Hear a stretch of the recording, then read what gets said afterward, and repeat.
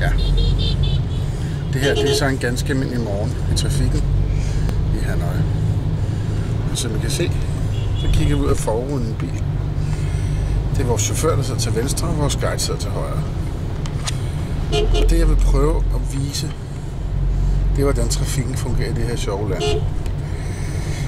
Som I kan se, så er der rigtig mange knallerter, og de kører sådan lidt på må og få. Og så er der biler, og de kører også lidt på må og få. Der er ingen forbudstavler, der er ingen påbudstavler, der er kun oplysningstavler. Er der rødt, så holder man tilbage, hvis man synes, det er en god idé. Synes man ikke, det er en god idé, ja, så fortsætter man. På nuværende tidspunkt, der kører vi helt over i venstre side af vejen. Fordi der var nogle knaller der. Ja, så I kan se, vi... Og så kom der lidt der.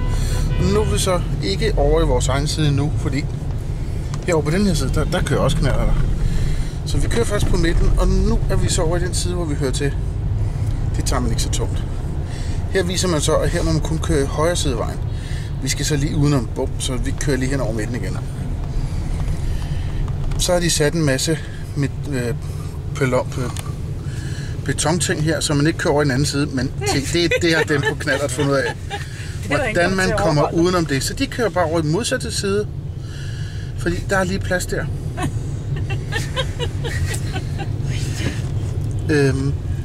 Det kunne jeg godt tænke mig at vise til en dansk kørelærer. Men vi har altså ikke set nogen blive kørt ned endnu. Men hvis man lægger mærke til det, så har de også altid den ene hånd på bremsen. Og så kører de ikke så stærkt. Men se her, det er morgenmyldret. De fleste har æg på. Og så sidder de bare stille og roligt. Og det er faktisk lidt hyggeligt, fordi man kan følge med i, hvad de har med på arbejde. Se, der kommer en med 3 i en aluprofil her. Og den næste, hun har sin dametaske med, og hun har en lille indkøbspose, og hun har handskerne hængende nede foran. Og sådan kan man følge med. Men hvis vi kigger her i venstre side af vejen, det ser ud som om, at det er en tosporet vej, men det er det ikke. Det er det modsatrettede, men der var lige plads. Ja, herover der ser posemanden lidt anderledes ud derhjemme. Her har vi poserne, og manden er så bagved. Det er det hjelmen der. Der kom så en cyklist, som kører uden på bilerne. Han kører faktisk der, hvor knallerne burde køre den anden vej. Det jeg glæder mig til at vise jer, det er lidt senere, når vi kommer til et lyskryds, og der bliver rødt. Jeg vil våge at påstå, at 70% af den vietnamesiske befolkning er farveblinde. Og det gælder både kvinder og mænd. Og knaller og biler. Meget specielt land. Nu ser det ud som om der sker lidt, og som I ser, de er lidt ligeglade med hvilken side der er hvad, bare man kan komme frem. Det er næsten ligesom når man har set videoer fra Indien, hvor man tænker, det der kan ikke lade sig gøre. Det er noget de har lavet for sjov. Se, bussen prøver så at fortælle, at den faktisk også vil være med i lejen i dag. Der var faktisk nogen, der ramte hinanden. Nu har jeg dokumenteret det, men de væltede ikke. Og der var så en knald, der synes han skulle ind til højre her. Ja, med hjelm. Ja.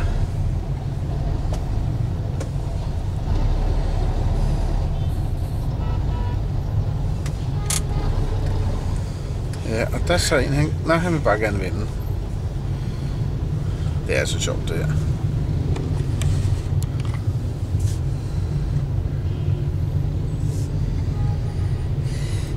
Og hvis man tror, vi holder på midten af vejen, så gør det faktisk ikke. Vi holder meget over venstre side, og I kan se, nu kan der næsten ikke komme én bil forbi i modsat retning. Fordi nu er der altså rigtig mange knalder. Og så prøv at kigge på den anden led her. Så I se, det er jo ikke fordi, vi holder inde i højre side af vejen. Nej, vi holder over midten, fordi der tror vi, at der er større og lettere ved at komme frem. Det er altså op ad bakke at komme den forkerte vej om morgenen. I Danmark er det rigtig fedt at køre mod muldetrafikken. Her, der bliver al ens asfalt taget. Så nu er vi faktisk næsten helt over og spærrer venstre vejbane. Ikke fordi vi er specielt ubehagelige, men vi skal jo frem. Og det ligner jo Hjallerup Marked det her, men det er faktisk et lyskryds. Og jeg ved ikke, om I kan se det inde i midten. Der står faktisk en politibetjent. Og han står og dirigerer. Der står flere politibetjente, der dirigerer. Og hvad det lige de dirigerer, det er vist noget musik, for det er i hvert fald ikke trafikken. Man kan se deres små stave, og de ser ud som om de er på arbejde. Og det kan man vist også ganske roligt sige, de er. Det her, det er så, jeg tror, det er et ganske almindeligt lyskryds. Eller et parkeringskryds, eller hvad kalder man sådan noget? Der er en betjent der, og han ser lidt sur ud på hende der. Hun kan ikke rigtig forstå, at hun skulle være så meget til venstre. Hun synes bestemt, hun lå i højre side lige før.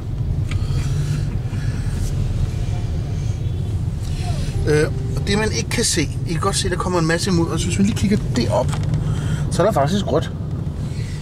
Det kan man ikke se på trafikken. Nu kan jeg jo gøre sådan her. Nej, jeg kan gøre det den anden side. Jeg kan fortælle, hvornår den skifter til grønt.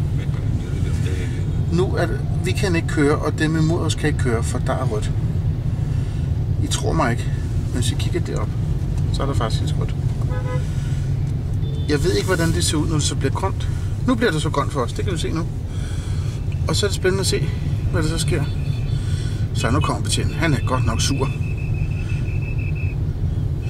Han synes jo... Så nu trækker vores chauffør håndbremsen, fordi nu er der jo grønt, kan vi se. Så kan vi jo så godt sidde og vente. Ja. Endnu er der ikke noget at køre i en eneste bil, mens der er grønt. Det kan være, at vi når det, når der bliver... Nej, nu begynder det at køre. Om vi kører, mens der er grønt, det må være en fejl. Ja. Se, i Danmark, der kører knaller den inde i højre side. Det gør de også her.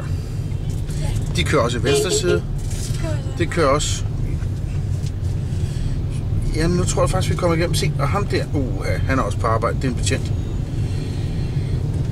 Og se, denne lille piedestal, der er her bag alle knallerterne.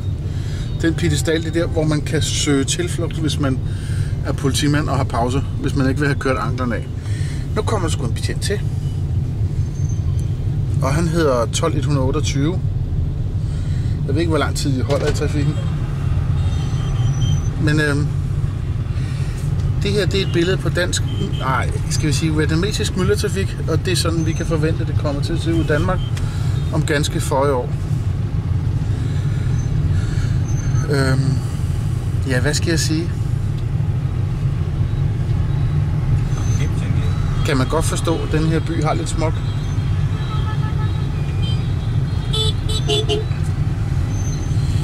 Jeg kan se længere fremme, der er et skilt med, at man ikke må køre over i venstre side af vejen. Hvad det egentlig betyder, det kan vi jo få finde ud af lige om lidt. For jeg tror, at det betyder nogenlunde det samme som med de der betonklodser. At man kan da komme til at kigge den anden vej, når man kommer til skiltet. Det vi måske skulle nævne, det var, at rent faktisk for 10 minutter før, at jeg begyndte at filme, der kørte vi... Ej, se, der er plads i højre side. Hvorfor er der ingen, der har opdaget det? De vil alle sammen ud på midten. Nu kører vi i højre side, og det hjælper. Der kan I se, selvom vi ikke må køre over på den anden side, så kan I se, at alle knaller, den kommer. Så hvis vi kører ud i overhældingsbanen, så skal vi kæmpe med knallerne. Kan I se, de kommer der? Det er det, der kører over os. Ja, de kører faktisk over bumper og alt muligt, og det er så lidt svært, kan du se. De har lidt problemer, men de kæmper da. Nu er der faktisk luft. Nu kommer vi ned til et lyskryds. Jeg håber, det når at blive rødt, og så må vi se, hvordan de agerer. Nej, det når vi ikke, for der er faktisk sekunder på, hvor lang tid det varer, før der bliver rødt. Om vi slutter lidt, og kommer vi i noget spændende trafik, så vender vi tilbage.